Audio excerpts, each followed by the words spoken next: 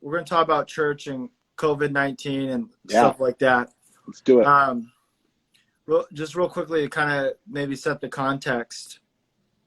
Can you talk a little bit about what your reaction was when all the news came out that churches were going to have to shut down and stuff like that? Because I actually remember in a staff meeting, one of the people on our team, Jeff, said, we should make an announcement about, how we shake hands and stuff like that. And I remember thinking, dude, you are ridiculous. This is so dumb. No. And then it was like 2 weeks later, everything just started rushing in. So what was going through your mind when you found out that church was going to be shut down indefinitely for a while? Well, yeah, I had a sneaking suspicion that it was going to shut down longer than just, a kind of a 1 week or 2 week thing. I can't remember why, but I think part of it was when sports started getting shut down, Disneyland, I went, this thing is not a little thing. This is a big deal. And the reaction for me was a little bit panicky because I'm like, man, what do you do, as a pastor if your church shuts down for that long? So it was a little panicky at the beginning, and started thinking, okay, gonna have to do some online things a little bit more potently for sure than what we had done before. And so, I've got to adjust in my camera holder. There we go. You're okay. But that was the initial feeling. We could probably talk about this from a bunch of different angles, but there's obviously there's kind of two different lines of thought right now. Yeah. And it feels like one side of the political aisle wants things to open up, and they want people to stay home who feel threatened or are high risk. And it feels like the other side of the aisle, is saying, we need to keep this thing locked down longer, maybe till we have a vaccine or till deaths get much lower. And so with that, there's a lot of pressure probably on lead pastors, people who kind of making the call. What's some of the pressure you're feeling? Well, I feel actually tremendous pressure. Like it's almost overwhelming. About when to open or what? Yeah. So here's the thing. I've got people in my church, our church, for instance, that are 100% like this is dumb, and we need to hold on. The dog just grabbed a bone, and he's gonna eat it on the thing. Get in there, dog. Okay. And so they're like, this is a conspiracy. There's, not very many people are dying. Open up the church. It's our constitutional right. So there's people like that. And people are actually saying stuff on Facebook from our church about that kind of indicate that they would rather go to an open church than their own church just because it's open. So you've got people that are really strong that way. And then you've got I've got nurses and a lot of not doctors, a lot of nurses. And I've got people who are health experts who read on this stuff for a living and take care of people for a living, who are like, this is a legitimate threat. Like, got to be really careful. It's brand new and all that. And don't plan on opening very soon. And so you have that. Then the biggest thing for us is that we actually have a very small building for the amount of people that want to come to our church. So we have maybe, we were already at 4 services on a Sunday, which sounds like we're just, crushed that. But big part of that is that we don't have enough room. And so then if we have to obey the CDC guidelines, trying to open with limited seating so all those options are just overwhelming to me. And it doesn't go away, because every time somebody makes an announcement, it pops up again. Trump makes an announcement, it pops up again in my head. Another church in town makes a big declaration. We're going to go, we're going to obey our president, or we're going to obey our conscience, or we're going to do this. It puts a huge pressure on. So yeah, it's an overwhelming sense of pressure right now. Andrew said probably more pressure to keep you on staff or not. That's I good. would, I'm gonna add if I don't know how Andrew's church is doing right now, but if he needs work, I just wanted to call me. No, I'm just kidding. That's funny. Well, I know this that Joe Rogan on his podcast was talking about how he was going to bring on a doctor who had a different um, prescription, if you will, for treating this whole thing than what is right now on most of the national TV outlets. Mm-hmm. And YouTube contacted him and said that that was disinformation, and if he did that, they would demonetize and take down the video. Wow. So, I mean, regardless of where everyone stands, there's a lot of polarization with this stuff. Yeah. Have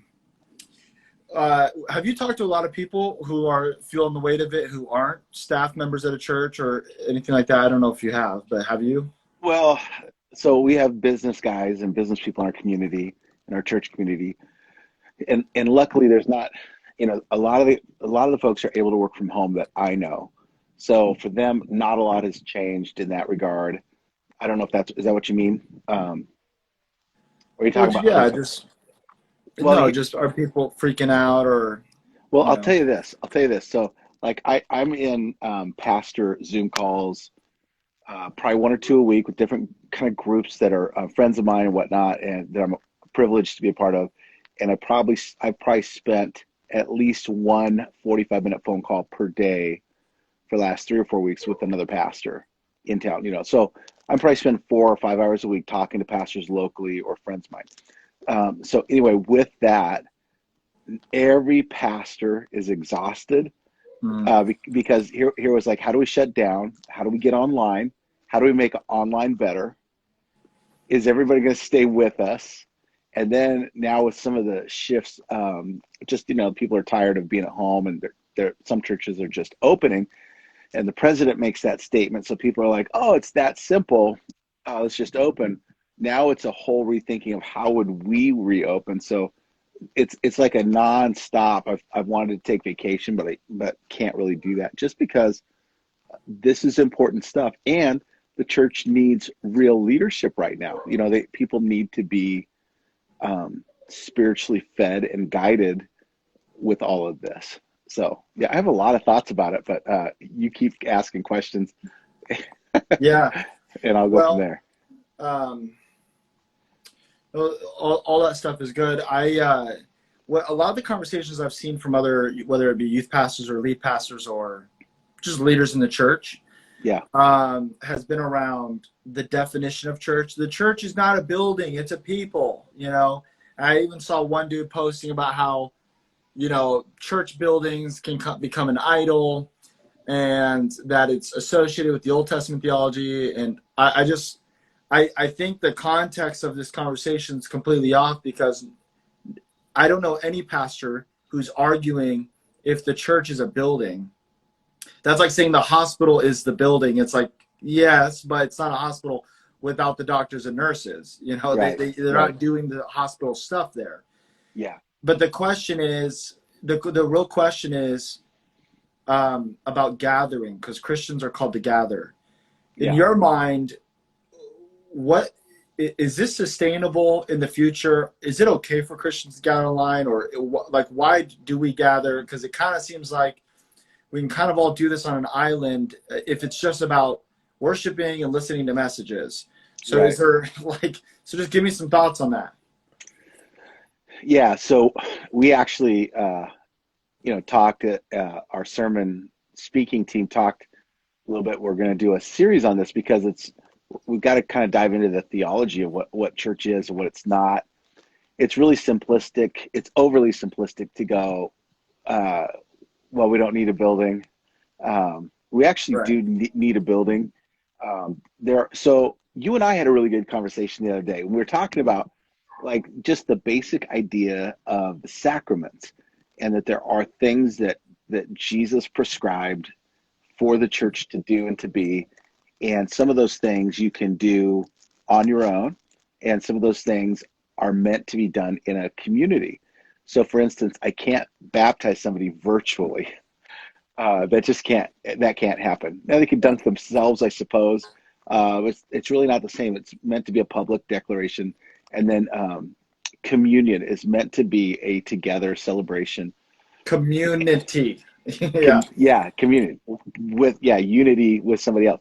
So the idea that church is, the essence of church is for sure that we are the church. And so I think a couple things are going to get emphasized spiritually in churches uh, that are not meeting in their buildings right now. One is the universal church, that we're part of a global thing that's bigger than just our local church. Another one is going to be small groups. But then also the reasons, a lot of people, that we've had people complain to us, hey, why won't you open up the church? We really want it to open. And I have a feeling that if movie theaters and shopping malls and everything else, restaurants all opened up, then it's like, then we're just kind of one of a competing thing, because some people don't actually attend church that often. And but I understand that people want to, but sometimes people want church because of the benefits that it provides them instead of the theology that undergirds it. And so Okay, so real yeah. quickly, no, when you've talked about this before, and I think it's really good. What are the benefits that sometimes we view as church, but they're actually just benefits of church? And then what should we? What is the actual Okay. uh, So yeah, thing we should be yeah. going So for? here's an example. Okay. So people say, when there was no COVID-19, we're talking about church, like, hey, and we tell people you need to come to church because it's really where you get fed and you get, and that's a benefit of church. The reality is that we're supposed to come because we are the church.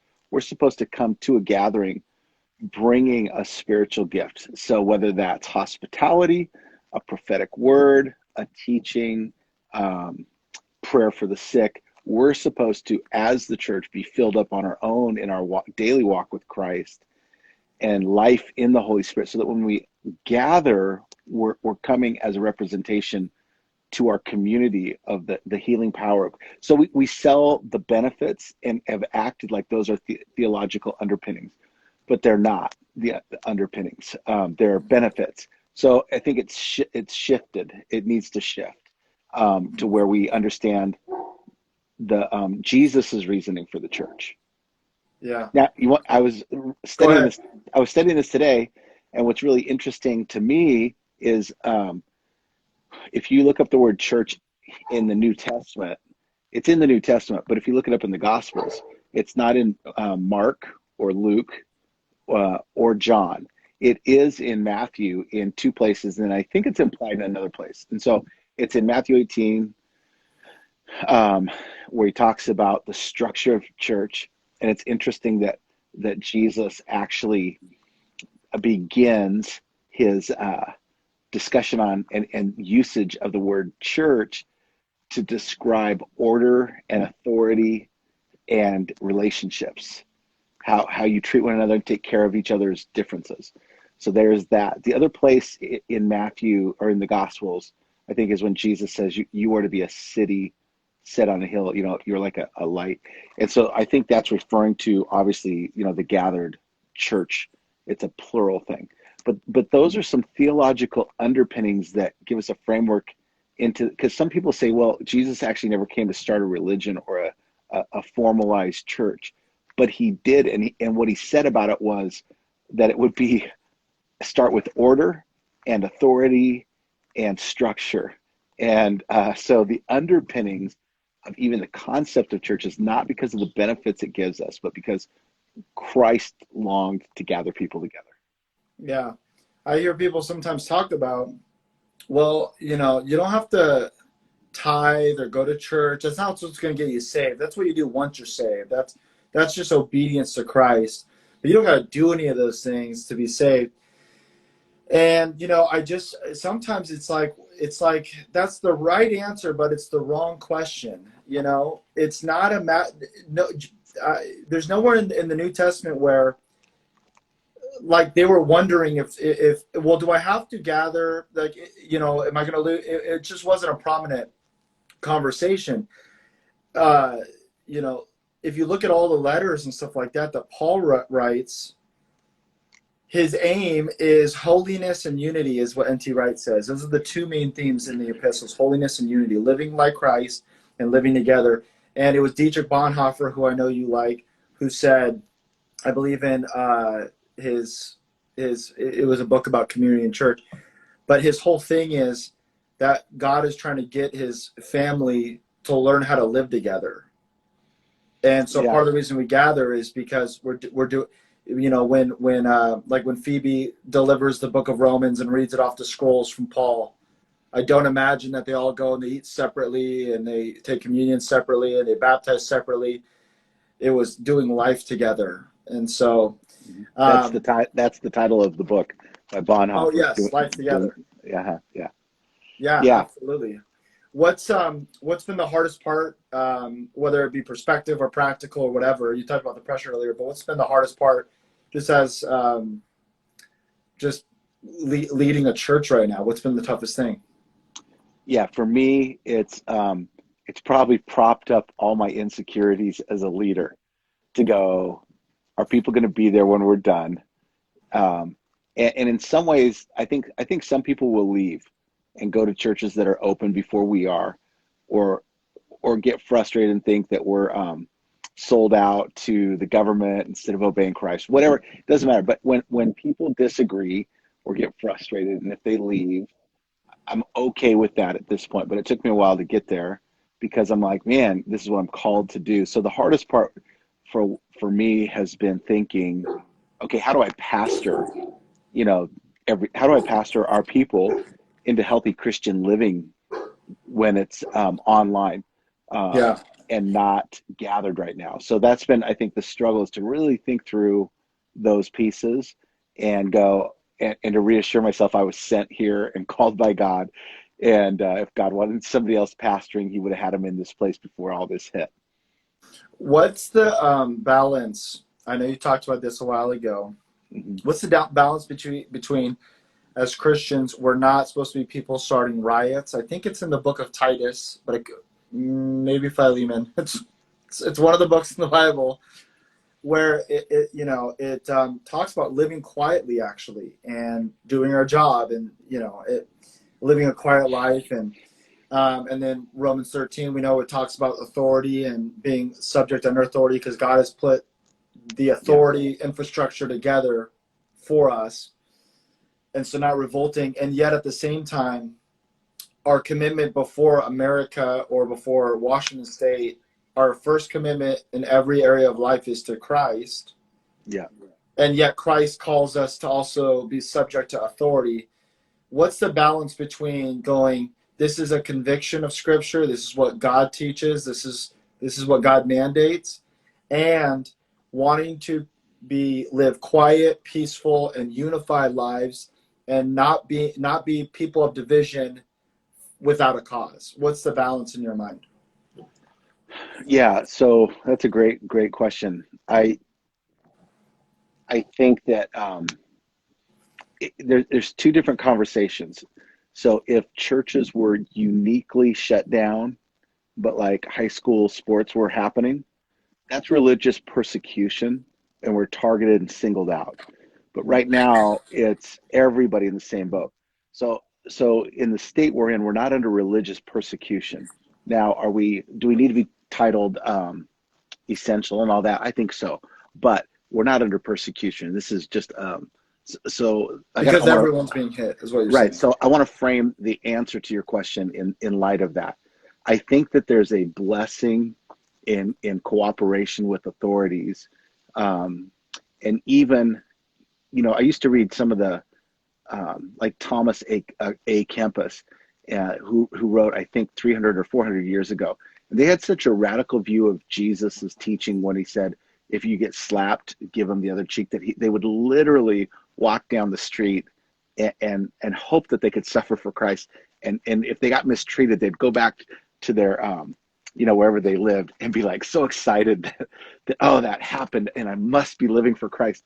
And they wouldn't strike back, and they wouldn't retaliate.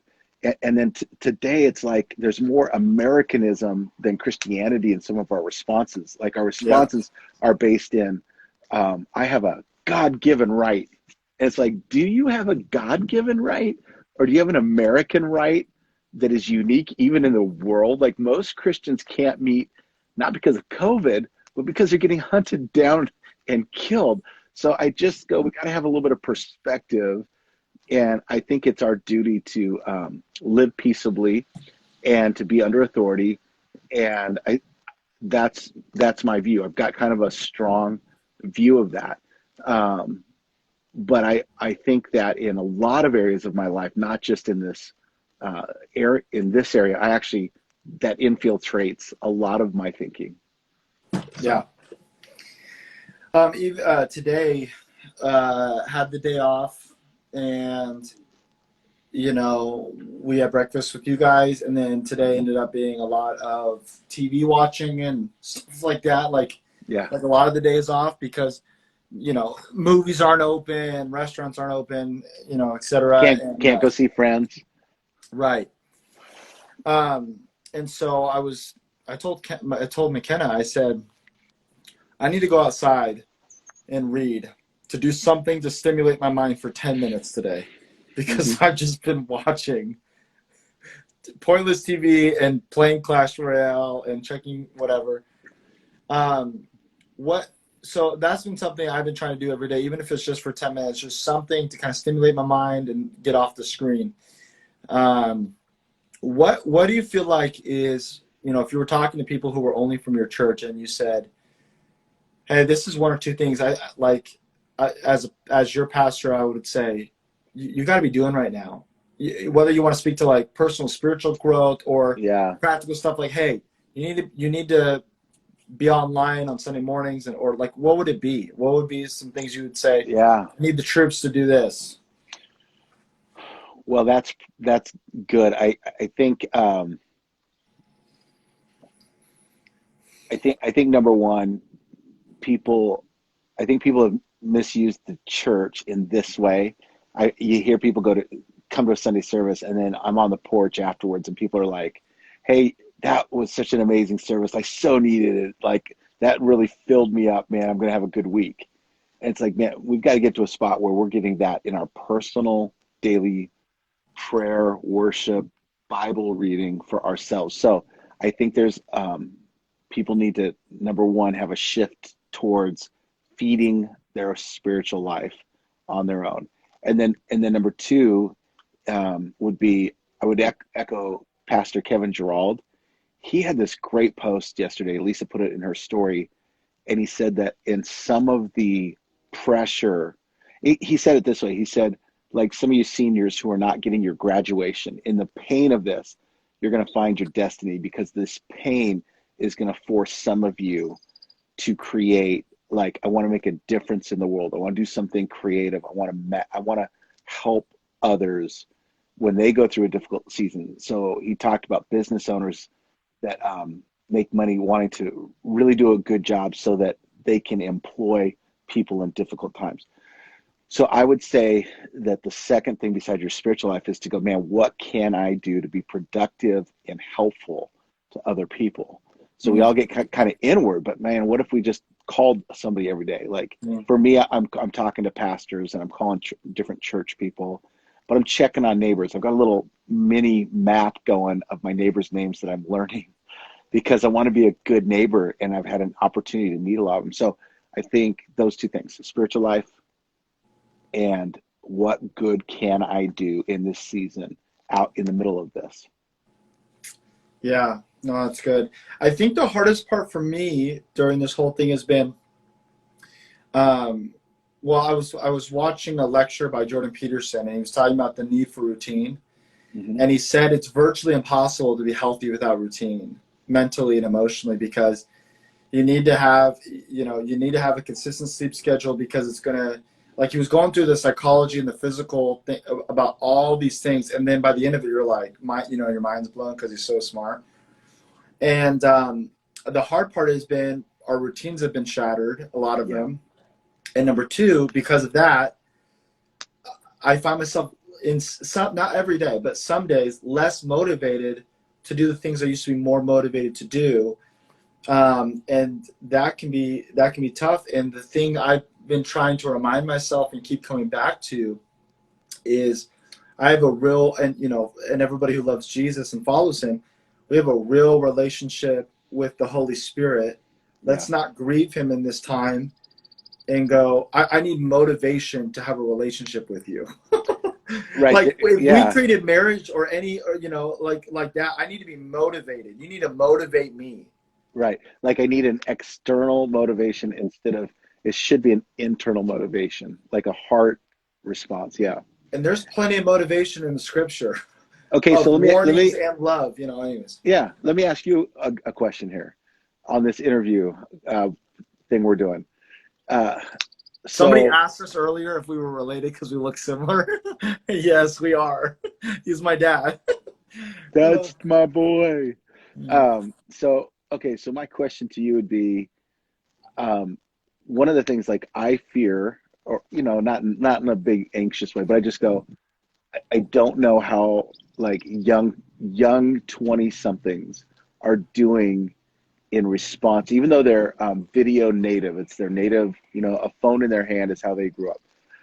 But I don't know how they're doing in their spiritual realm right now. And that's partly because I get, like our Sunday services, I'm assigned to the Facebook side, you're assigned to the YouTube side. So the people I see commenting mostly are, 30s and older. And so I just don't have a pulse right now on that. And what's the pulse you see for how people are doing besides Nolan Molt? I'm glad Nolan's doing good, but besides him, like, what's your sense on people's connection to healthy spiritual life, church, those things? Well, I just talked with two buddies yesterday on FaceTime who live in Tri-Cities, and they said that they're doing pretty good for the most part. They're just sick of this. But it hasn't resulted in like total life destruction, And then I've talked to other friends of mine, and the initial response is, "I'm doing good. I'm fine. I'm good. Nothing's wrong." But then when I ask them what that looks like, and like, "Hey, how's this going? Or how's that going?" In specific, it's going way worse. So part of me thinks we're just so accustomed to giving the same kind of cookie cutter answer when somebody asks us. And so we just automatically go, "Oh yeah, I'm fine," and not that you can't be fine, but really that's just their like, it's just like turn on moment, It's like they're being interviewed at a job and and so I think a lot of people, they would say they're doing fine, and they wouldn't say they're doing horrible, but I do think, and this is just kind of speculation, I do think a lot of people that age, especially those who don't, their jobs have been cut back a lot, which is part of a routine and stuff like that. And you get interaction. I think it's a lack of motivation. It's a breakup of routine, and we don't want to admit it, because lack of motivation doesn't mean you're depressed. It just means there's like a less of a zeal or a passion or a life behind what you're doing, or it's keeping you from doing it. And it's a slow death versus a quick, Well, so right. That would be my diagnosis.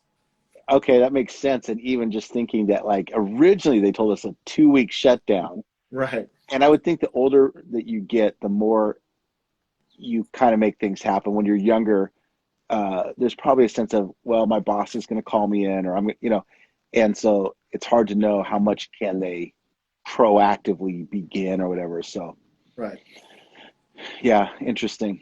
Okay, well, that's good to hear. I just want to make sure that, man, our church helps them. I love that age group, so I just want to make sure that we're connecting to them. So, what day is New Vintage opening? I'm just kidding. No, what but day is today? No, but I think this is okay to say. There's not I mean, the announcement from our president just came last week. Late last week. So there's not like a set date yet. I'm sure Friday. The conversations will get started. Yeah. But I'll just say this as we're kind of wrapping up. If you want to say anything else, you can before we go. But one thing I do really appreciate about you is, one, you're, people say it to you probably all the time, but you're vulnerable and honest about stuff. But secondly is I just don't ever recognize like an egotistical side to just how you lead. You just want to, whoever has the resources or the info, you want to take it and you want to apply it. So I appreciate that about you. One thing I want to say real quick, and then I'll leave you with the last word, is I think you said this earlier, and I just remembered that I was going to say this, but you were talking about how some people might leave, or people kind of maybe church hop or whatever. Mm-hmm. And I thought of this earlier.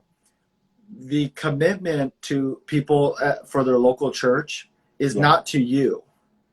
Right. They're God, like it is in one sense, but the primary reason people are supposed to commit to the local church is because of the people sitting down the rows to them. They're called to live life together with them. And for people who go, well, I don't know anybody in my church, that's problem number one. You got to work on that. You got to get to, it's going to be really hard to reach the world if we don't even know our brothers and sisters who are in our local community. But first and foremost, they are committed to those people, and then under your spiritual authority. So that was just the thought I had earlier. But no, that's great. Any last thoughts? Sure. I'll just throw one thing out. I think I was reading a book by a different author, but he quoted Eugene Peterson. And Eugene Peterson was having a conversation with a guy, and Eugene Peterson, the guy said, hey, I'm thinking about going to this church down the street. He didn't go to Eugene Peterson's church, but he went to another church. And he said, I'm thinking about switching churches because they have a better program for my kids who are growing up, getting a little older, and one or two other reasons. And they said, what's your opinion? And Eugene Peterson, as a wise pastor, he said, I think that you should stay in your small, kind of backwards, old-fashioned Norwegian church with the 35 other couples and families that go there, because if you keep switching based on what you can get out of a church, and that's your reason for leaving, you'll always be on the hunt. And the reason we gather for church, Eugene Peterson said, is it's a place to meet God and to grow. And we grow the most when we're forced into relationships with people, like you said, sitting down the rows and having to work out our differences and going, that person is not like me, and I don't know if they like me, and I don't know if I like them, and all of those different factors. And so I think that, one of the healthiest ways for somebody to grow is to stay committed to anything. Yeah. So there you go. That's my final thought. No, I'm gonna have to phone a friend on the next one, but I have a little online thing I do, Austin. I don't know if you've heard of it. It's called Monday with the Molts. It's every Monday at 9:00, and it's gonna be in 25 minutes from now. Yeah, let me just show everybody the sunset in case they're locked in their house and can't see. Oh, you never can see it there a little bit. Oh, it's so pretty. But we're gonna do our. I'm gonna show people. I'm gonna show them where we're gonna do our. Down in our fire pit. I'm gonna go start the fire, and we're gonna try. It's getting a little windy, but we're gonna try to do an outdoor Monday with the Molts Memorial Day edition here at 9:00. Nice. Hey, can I just tell you this was fun? I love you're just a great kid. I love you.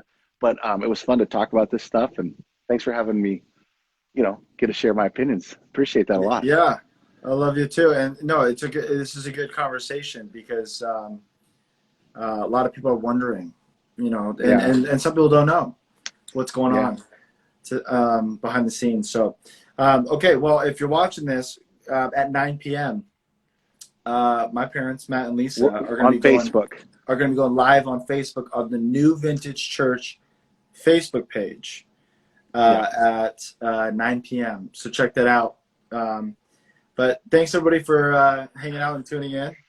And we will catch you next time. Thanks, buddy. See you later. Bye.